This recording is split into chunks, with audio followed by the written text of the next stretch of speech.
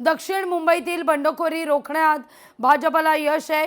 भाजपचे बंडखोर उमेदवार कमलाकर दळवी अर्ज मागे घेणार असल्याची बातमी आहे। विधानसभा अध्यक्ष राहुल नार्वेकर यांच्या मध्यस्थीनंतर हा निर्णय घेण्यात येतोय।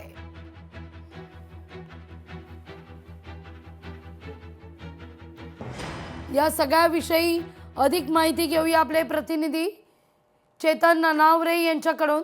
चेतन, काय अधिक माहिती?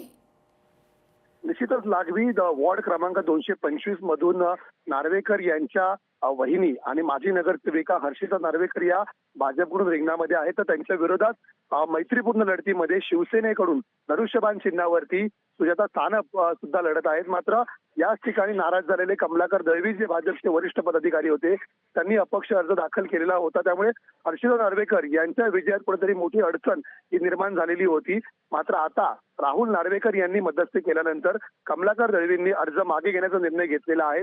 भायखळा येथील रिचर्डसन क्रुडासन या ठिकाणी असलेल्या निवडणूक कार्यालयात ते अर्ज मागे घेण्यासाठी पोहोचलेले आहेत।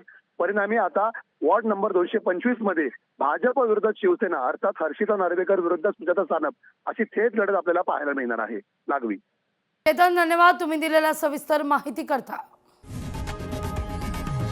लोकशाही मराठी ऐका, पहा, जागरूक रहा।